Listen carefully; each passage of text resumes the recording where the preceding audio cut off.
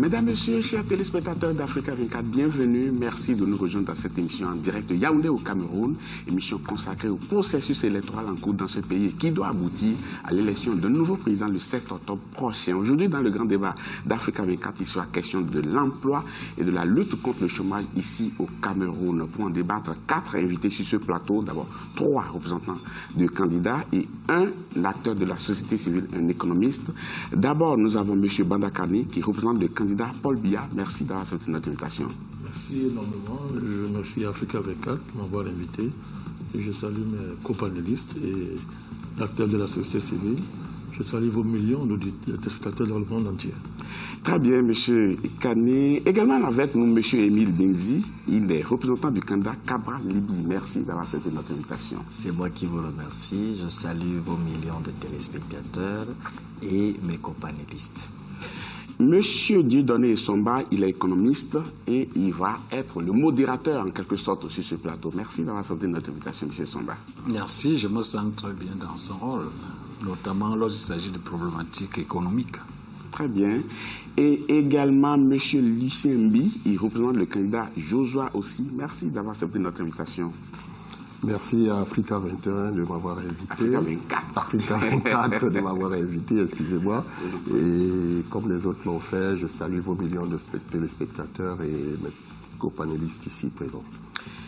Ils sont présents dans cette émission, mais ils ne sont pas sur ce plateau. C'est bien entendu vous, chers téléspectateurs. Vous pouvez participer à cette émission en nous envoyant vos réactions, en interpellant même les invités sur ce plateau. Et pour cela, nous avons posé une question qui est la question du jour. Que pensez-vous de la situation de l'emploi au Cameroun? Que pensez-vous de la situation de l'emploi au Cameroun? Question que nous avons posée à nos téléspectateurs. Ils peuvent répondre par des adresses qui s'affichent au bas de votre écran. Également par Twitter et par Facebook. Ils peuvent également réagir par WhatsApp et par mail à l'adresse et aux différentes adresses. D'abord, le numéro de téléphone 00237 657 563 288 et l'adresse mail c'est présidentiel.cameroun2018@africa24tv.com. Nous allons rappeler ces adresses tout le long de notre émission. Et pour planter le décor, nous allons voir un élément d'appréciation, un élément d'illustration réalisé par Chérif Mbadouka. Suivez plutôt. Au Cameroun, la jeunesse est la couche sociale la plus touchée par le chômage. Le taux de sous-emploi en milieu jeune se chiffre à 71% selon les données de l'Institut national de la statistique. Pour faire face à la situation, les jeunes investissent le secteur informel dans lequel ils occupent plus de 90% des actifs. Parmi les problèmes justifiant le chômage des jeunes au Cameroun, on note l'absence de qualification professionnelle, une faible expansion de l'emploi public et les difficultés à s'auto-employer. On peut se rendre bien compte que l'un des problèmes concernant donc la crise de l'emploi concerne non seulement les politiques, mais également il faut comprendre également qu'on a une population essentiellement jeune, en nette croissance. Les besoins augmentent et parfois l'offre d'emploi jeune n'est pas en adéquation avec cette augmentation de la population jeune. Aujourd'hui, il y a un véritable problème d'orientation scolaire depuis le secondaire jusqu'à l'université. Généralement, les jeunes suivent leurs devanciers, ils suivent les aînés. Ils ne font pas une formation adaptée à leurs capacités personnelles, professionnelles, intrinsèque. La problématique de l'emploi est désormais au cœur des priorités gouvernementales. Plusieurs institutions ont été mises en place pour favoriser l'emploi des jeunes, notamment le ministère de l'Emploi et de la Formation professionnelle ou encore le ministère de la Jeunesse, chargé de la mise en œuvre de la politique du gouvernement dans le domaine de la jeunesse. En 7 ans, l'État a créé environ 2,3 millions d'emplois. En outre, le plan triennal spécial jeunes, effectif depuis janvier 2017, a pour objectif de lutter contre le chômage des jeunes. Doté d'une enveloppe globale de 102 milliards de francs CFA, ce plan devrait à terme assurer l'insertion socio-professionnelle de 1,5 million de jeunes. Malgré ces mesures étatiques, plusieurs jeunes surfent encore entre chômage, sous-emploi et débrouillardise. Eh bien, malgré ce foisonnement de ces institutions, la mayonnaise ne prend pas simplement parce qu'il faut toucher les leviers fondamentaux, c'est-à-dire la formation. Ces institutions ne gèrent que des jeunes déjà formés et accomplis, parfois déformés. Il faut donc aller à la racine, questionner le système de formation des jeunes, le système éducatif, le système de manufacture du jeune, c'est-à-dire de l'employé de demain. Il y a également le problème de la gouvernance institutionnelle de ces différents programmes. Il va falloir améliorer la gouvernance institutionnelle pour qu'effectivement, il n'y ait plus, à un moment, de l'opacité dans la circulation de certaines informations liées aux différents programmes qui sont destinés aux jeunes. La création des emplois est considérée par les économistes comme un indicateur de croissance. Et selon les spécialistes, une formation de qualité, efficiente et en adéquation avec les exigences du marché de l'emploi devrait contribuer à apporter des solutions à la question du chômage. L'auto-emploi est également envisagé. L'État gagnerait à améliorer le climat des affaires qui pourrait inciter à l'investissement et à la création des emplois nouveaux. C'était un sujet de Chérif Mba, donc on va revenir sur ce plateau pour avancer le débat. Et d'abord, je sais qu'il y a une donnée qui sera beaucoup évoquée dans cette émission, c'est le chiffre, le taux de chômage, le taux de chômage. Et pour cela, je voudrais faire un petit exercice, parce que chacun me dise quel est selon lui le vrai taux de chômage, parce qu'en préparant cette émission, j'en ai trouvé beaucoup. En parlant de ce taux. Alors d'abord, M. Bindi, quel est le taux de chômage selon vous aujourd'hui au Cameroun? Alors, les dernières statistiques ne sont pas à notre portée, mais en fait, on chiffre le taux de chômage à 13%, et ce taux de chômage est pratiquement de 20% en ce qui concerne la ville de Douala, de 30% en ce qui concerne la ville de Yaoundé, et un taux qui va à près de 50% pour les autres villes du Cameroun pratiquement. Donc c'est un taux de chômage exponentiel, et là nous sommes dans des statistiques pratiquement de 2014. Pour ce qui est des statistiques récentes. Donc vous dites 13%. Monsieur Lee, selon le taux de chômage, le taux de chômage, d'après les dernières statistiques que moi j'ai plutôt découvertes, il est de 15,5% par là. Mais ce qu'il faut noter, c'est que l'emploi informel aujourd'hui occupe près de 86% de la population active, et puis 6% seulement dans le public, et notamment dans le tertiaire. Monsieur Bandakani, selon vous, le taux de chômage? Vous voyez, c'est un serpent de mer dans lequel on veut s'engager, parce que le concept de chômage, c'est un concept systémique. C'est un concept qui a un contenu reconnu dans le monde entier à travers le Bureau international du travail. Dans le contexte camerounais, on appelle qui chômeur? Parce que pour vous appeler un chômeur, il faut qu'il soit qualifié et qu'il n'ait pas de travail. C'est très compliqué. Alors, les statistiques officielles sont claires. En 2005, par exemple, le taux de chômage, au sens du Bureau international du travail au Cameroun, était de 4,4%. Mais au sens. 4,4%. 4,4%. Ça, c'était en 2005. Oui, 2005. Alors, si vous prenez d'autres sources comme World, Fatbook, CIA, il serait de 30%. Alors, selon notre étude de l'Institut national de la statistique, en 2001 toujours, le taux de chômage serait de 8,2%, avec 17,6% en ville, contre 9,5% en 1995. Donc actuellement, il a 20% en ville. Donc vous voyez que ça varie énormément en fonction des critères scientifiques qui définissent le chômage, et en tenant compte du contexte dans lequel on se trouve. Vous l'analysez par le chômage, comme on le fait en France, aux États-Unis ou ailleurs, qui sont des pays technologisés. De la même façon que dans un pays comme le Cameroun, dont l'insertion dans l'économie mondiale est ce que l'on sait, c'est-à-dire des pays dont l'économie est bloquée par un ensemble de mécanismes géoéconomiques internationaux qui ne dépendent pas des dirigeants africains, qui sont des mécanismes objectifs. Donc vous ne pouvez pas appliquer à ces différents espaces, ces différents pays, des concepts de définition de chômage. Là, on a besoin quand même d'un taux qui fera plus ou moins l'unanimité afin de construire les politiques de lutte contre le chômage. C'est pour ça qu'au niveau officiel du Cameroun, l'Institut national de la statistique, qui est l'instrument stratégique de l'État pour analyser le chômage, on peut aussi citer le Fonds national de l'emploi, partent justement, tient compte de cette diversité du contexte pour essayer d'aborder la question avec de la précision. Oui, c'est pour ça que si vous analysez du point de vue du Bureau international du travail, ça n'a rien à voir avec ce que vous avez entendu. Évidemment, le décalage est énorme. Et c'est même inquiétant. C'est un bureau, le Bureau international du travail, et une instance reconnue au niveau mondial. Bien entendu. Voilà, reconnue. Mais alors, voilà, donc c'est important de poser ces bases-là. Alors, M. Somba, comment se présente la situation de l'emploi aujourd'hui au Cameroun? D'abord, il y a, comme vous l'avez constaté, un très grand nombre de débats qui portent sur des concepts comme le taux de chômage, le taux de sous-emploi et autres. C'est dire que ces notions qui ont été définies dans des économies extrêmement structurées perdent leur signification dans notre environnement. Parce que les pays structurés, développés, ont des mécanismes de soutien aux chômeurs. Nous ne les avons pas. Ce qui fait qu'un enfant qui a une formation, en attendant d'avoir mieux, est obligé de mener des petites activités qui, du point de vue du BIT, représentent un emploi.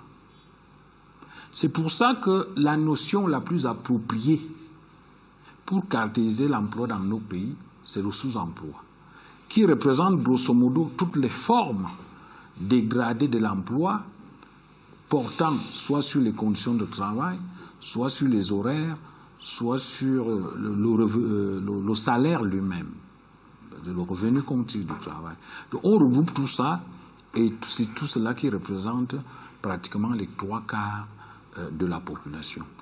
L'emploi qu'on pourrait considérer comme décent et qui regroupe grosso modo l'emploi privé dans le secteur structuré, l'emploi public et quelques activités personnelles représentent donc grosso modo 25%, le quart.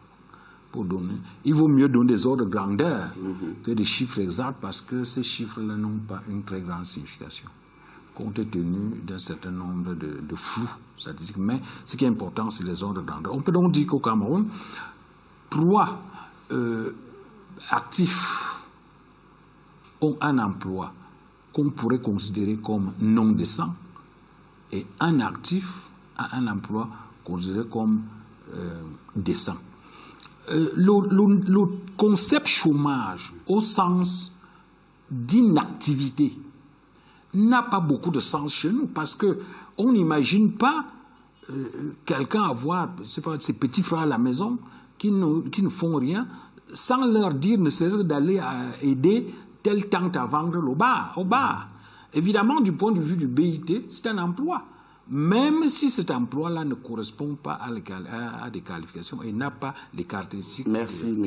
Zomba. Monsieur Mbi, dans la plupart des pays qui tentent de donner de l'emploi à leur population, on constate qu'on oriente beaucoup les jeunes vers l'agriculture. Mais ici au Cameroun, c'est l'agriculture qui porte l'économie. Mais comment se fait-il qu'aujourd'hui encore on parle de beaucoup de diplômés sans emploi?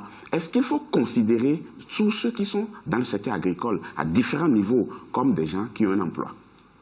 Je voudrais d'abord rejoindre l'explication de M. Essomba. Et le problème au Cameroun aujourd'hui, c'est pas un problème, effectivement, c'est pas un problème de chômage en tant que tel, c'est un problème de sous-emploi. Parce que les populations rurales sont en permanence occupées, comme vous le dites, dans les travaux agricoles. Oui. Et malheureusement, c'est difficile à considérer comme un véritable emploi. Parce que très souvent, c'est une activité qui permet juste de nourrir la famille. Ce n'est pas une activité véritablement marchande. Donc ça pose un problème d'évaluation de la population active, du chômage et tout ça. Par rapport maintenant à l'agriculture qui porte l'économie camerounaise, je ne peux pas l'affirmer aujourd'hui. Parce que nous avons eu à une époque ici le concept de la révolution verte, où on incitait tout le monde on incitait les gens à aller vers l'agriculture, ce qui se fait encore aujourd'hui. Mais le phénomène de l'exode rural est tellement prononcé que nous avons dans nos villes aujourd'hui pas mal de gens qui sont partis des villages et qui se retrouvent notamment dans les centres urbains à faire des emplois, à faire des emplois qui ne cadrent pas souvent avec leur qualification. J'en prends pour exemple les mototaxis où on retrouve pas mal de diplômés. Je reviendrai tout à l'heure. On ne peut pas parler d'emploi sans parler de formation parce qu'il se pose également un problème d'adéquation entre la formation et l'activité économique après. Donc, c'est vraiment très difficile dans le contexte camerounais aujourd'hui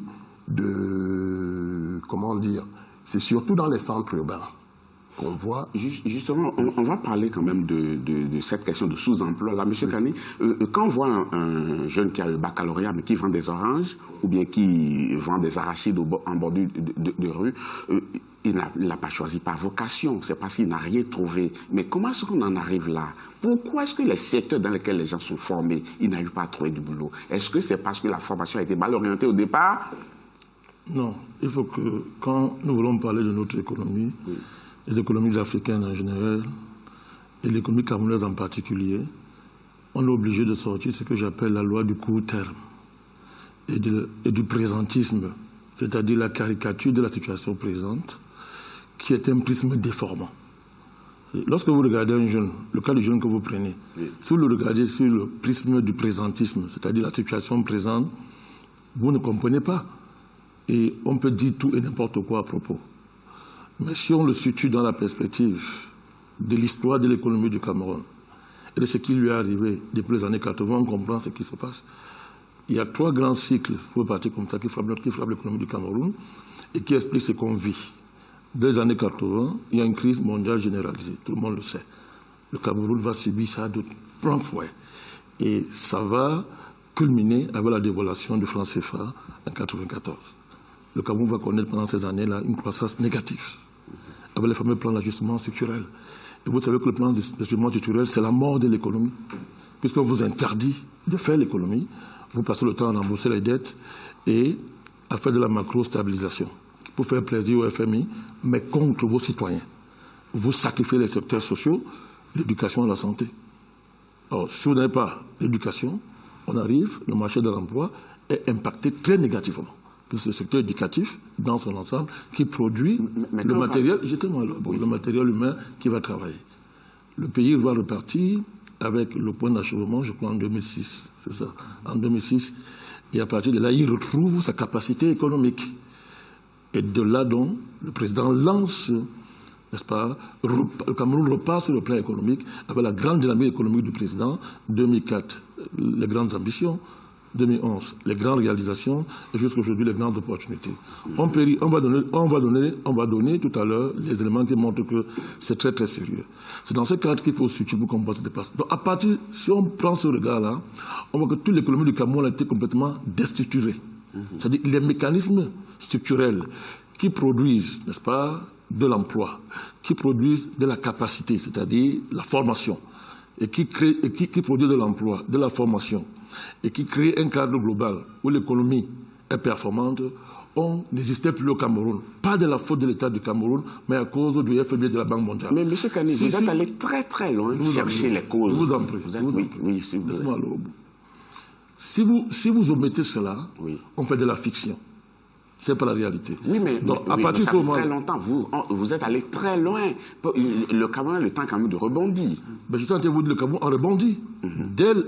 Depuis 2006, on avait une croissance positive, qui aujourd'hui est stable à 4%. Et l'État repart. Le Cameroun, dans le secteur public, le Cameroun est le pays en Afrique qui a rajeuni le plus ses effectifs, dans tous les domaines. Dans le domaine de l'éducation, de la santé. Allez regarder, tous ceux qui sont recrutés au niveau du public, ce sont les jeunes. Dans les emplois de souveraineté, la police, l'armée, il n'y a que des jeunes. Il ne faut pas se laisser tromper par le prisme déformant de certains de hauts postes qui vous fait personne ne déforme rien, on constate voilà. Simplement. Monsieur Mbi a envie de réagir quand même. Non, vous avez quand même gardé le temps pendant. S'il vous plaît. Monsieur Badakadi est en train de nous expliquer tout simplement que le régime qu'il supporte aujourd'hui, c'est un aveu d'échec. C'est un aveu d'échec. Parce que, je veux dire, ce pays est un vivier d'opportunités, comme tout le monde aime à le dire. Mais il faut profiter de ces opportunités. Mais où en sommes-nous? Où en sommes-nous? Vous avez fait tout un historique depuis voilà, des différents plans. Si on avait eu la volonté, monsieur Vandakane, si nous avions eu la volonté d'appliquer ne serait-ce que 5% de tous ces plans-là, on n'en serait pas là aujourd'hui. Laissez-moi vous le dire. Notre problème aujourd'hui, nous avons un problème de gouvernance depuis très longtemps.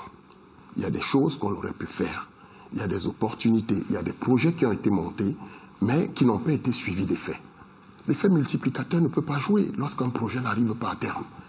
On le voit aujourd'hui dans la réalisation, le taux de réalisation du budget d'investissement du pays. On le voit dans tous les projets qui ont été initiés. Très peu arrivent à terme, ou ils sont retardés de plusieurs années. Donc, vraiment, de grâce, c'est bien beau d'accuser le FMI, d'accuser tel et autre, mais nous avons notre part de responsabilité là-dedans. Monsieur Blazy, intéressons-nous maintenant au volet formation, par rapport à la formation qui est donnée aujourd'hui vers l'expérience, les buts qu'on compte atteindre. Est-ce qu'on est en adéquation vraiment avec les demandes du marché? Il y a une totale inadéquation entre la formation et la demande du marché. Tout simplement pourquoi? Parce que nous sommes dans une économie essentiellement néocoloniale. Prenons plusieurs domaines. Le domaine de l'agriculture. Qu'est-ce que nous produisons? Nous produisons essentiellement des produits qui sont destinés à l'exportation. Et ces produits destinés à l'exportation sont pratiquement au nombre de 6. C'est la banane, c'est la canne et bien d'autres. Donc, on se rend compte qu'il y a un véritable problème de diversification de cette économie. Et la diversification de l'économie découle forcément d'une éducation orientée vers ce secteur d'activité afin d'innover dans ces domaines à travers la recherche, développement. Mais quand on parle de diversification, je mets un peu les gants parce qu'on doit beau diversifier, mais si on ne le transforme pas. Mais justement, voilà pourquoi je suis en train de dissocier. La formation est en inadéquation. Parce que pour que la formation soit en adéquation avec le développement économique, il faut que la formation contribue à mettre sur pied une ressource humaine qui s'intègre dans l'ensemble de la chaîne des valeurs. Production, transformation, distribution et pratiquement est-ce que vous voulez dire que c'est parce qu'on n'a pas formé des gens qu'on n'a pas transformé l'agriculture? Je ne suis pas sûr que ce soit cela. Les premiers lycées agricoles sont créés, on est d'accord. Bon, alors, au-delà des lycées agricoles, où est-ce qu'on forme en ce qui concerne le domaine des services? Où est-ce qu'on forme en ce qui concerne le domaine de la technologie? Vous avez du côté de l'école des postes pratiquement des gens qui sont encore en train de balbutier dans le domaine technologique. En ce qui concerne l'école polytechnique, c'est pareil. Les résultats sont là. Allez à l'OAPI et regardez le nombre de brevets d'invention déposés par les Camerounais. Je ne sais pas si c'est un brevet par an ou un brevet tous les 5 ans. Ça prouve réellement qu'il y a cette inadéquation. Deuxième élément, lorsqu'on regarde le nombre d'établissements de formation, vous allez vous rendre compte que les établissements de formation d'enseignement secondaire sont extrêmement élevés et les établissements de formation d'enseignement technique sont en nombre réduit. Quelles sont les matières qui sont enseignées pratiquement? Vous avez la mécanique, vous avez l'électricité, vous avez le froid et la climatisation, vous avez, au-delà de cela, vous avez la couture, vous avez les techniques comptables et autres. Est-ce qu'on se développe avec cela lorsqu'on est encore dans l'imitation,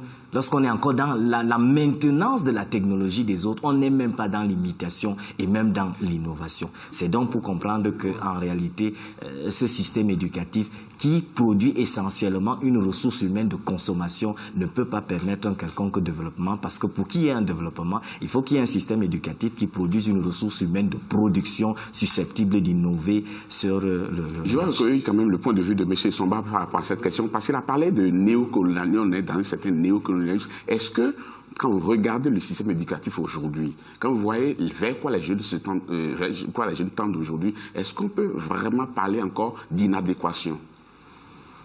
D'abord, il faut comprendre que nos pays sont plus frappés par l'oisiveté de facteurs de production que par le chômage, qui est une sorte d'oisiveté. C'est-à-dire, c'est quoi l'oisiveté de facteurs? Je vais prendre un exemple très simple. Oui. Vous avez un Cameroun qui a de très mauvais indicateurs en matière d'éducation. Vous avez des élèves, des classes qui ont 180 élèves, faute d'enseignants.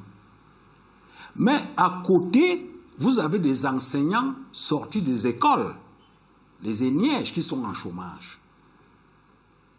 Vous avez des hôpitaux, des centres de santé qui manquent de personnel. Par contre, vous avez des infirmiers sortis des écoles reconnues, des écoles d'État, en chômage.